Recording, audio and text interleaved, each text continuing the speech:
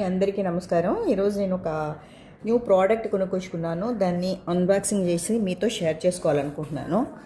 So మీకు ఇది కనిపిస్తుంది అనుకుంటాను. చూడగానే బాక్స్ మీద చూడగానే అర్థమైపోయి ఉంటుంది. Panasonic automatic rice cooker and warmer అండి.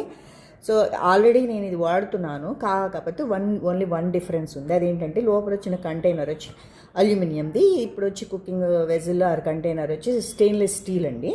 So let's do the unboxing. So ఇది వచ్చి ఫస్ట్ వచ్చేసి ఒక బుక్లెట్ ఇచ్చాడు, ఇన్స్ట్రక్షన్స్ బుక్లెట్ ఇచ్చాడండి. తర్వాత బాక్స్ని ఓపెన్ చేద్దాం.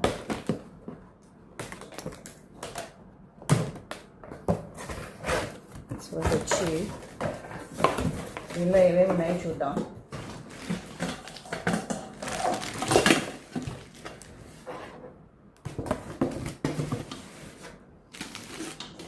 ఇది వచ్చేసి కంటైనర్,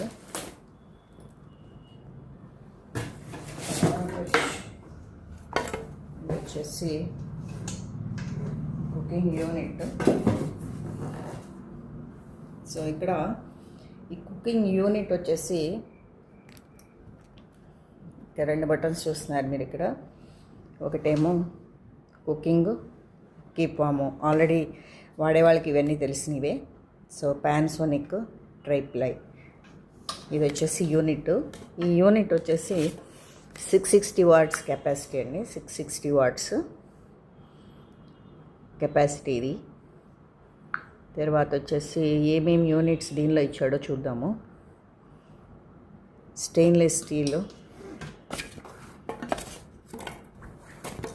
లిడ్ వచ్చింది, స్టెయిన్లెస్ స్టీల్ లిడ్. తర్వాత వచ్చి vessels, cooking vessels. Cooking vessels వచ్చేసి 2 ఇచ్చాడు. దీని కెపాసిటీ వచ్చి 1.8 లీటర్స్. సో 1.8 లీటర్స్ అంటే ఒక 5 to 6 మెంబర్స్కి అన్నం వండడానికి సరిపోతుంది అనమాట. 1.8 లీటర్స్ కెపాసిటీ 4 to 5 మెంబర్స్కి వస్తుంది. ఆటోమేటిక్ అండ్ కీప్ వామ్లో ఉంచుతుంది. ఒక 5 to 6 అవర్స్ కీప్ వామ్లో ఉంచుతుంది. సో ఇది వచ్చేసి stainless steel, auto cut off, thermal స్టార్ట్తో పనిచేస్తుంది. ఆటోమేటిక్గా కుకింగ్ అయిపోగానే అది కీప్ వామ్లోకి వచ్చేస్తుంది అనమాట.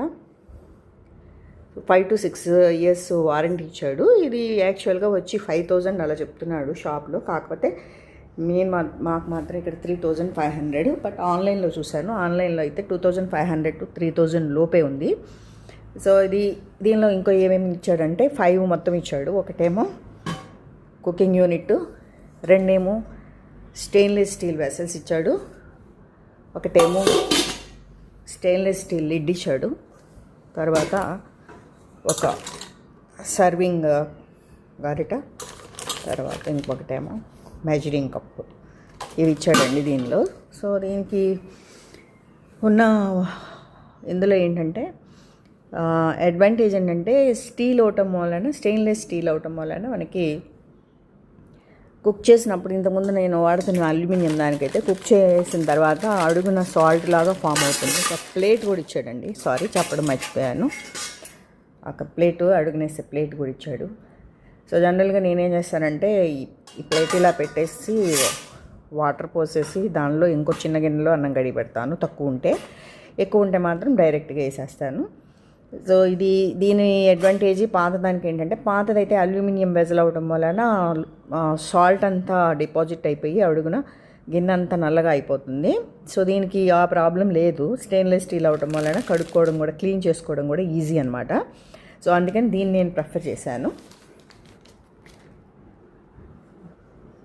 రైసే కాకుండా దీనిలో నేను ఎగ్స్, సో గిన్నెలో నీళ్ళు పోసి eggs, onion, that is potato, పప్పు, ఇలాంటివన్నీ కూడా ఉడకబెడుతుంటాను. అంతేకాకుండా డైరెక్ట్గా మనం రైస్ వండేటప్పుడు వెజ్ బిర్యానీ కానీ, ఫ్రైడ్ రైస్ కానీ ఈ మూత తీసేసి లైట్గా ఆయిల్ వేసేసి తాలింపు వేసేసి ఆ తర్వాత మిగిలిన ఇంగ్రీడియంట్స్ ఎన్ని వేసి మెజర్మెంట్స్కి సరిపడా వాటర్ వేసేస్తే కనుక మూత పెట్టేస్తే అది కూడా కుక్ చేసుకోవచ్చు ఈజీగా. సో ఇది మల్టీపర్పస్ ప్లస్ చాలా చాలా యూస్ఫుల్. మీకు కనుక నచ్చినట్లయితే ఈ వీడియో లైక్ చేసి షేర్ చేసి సబ్స్క్రైబ్ చేయండి. Thank you.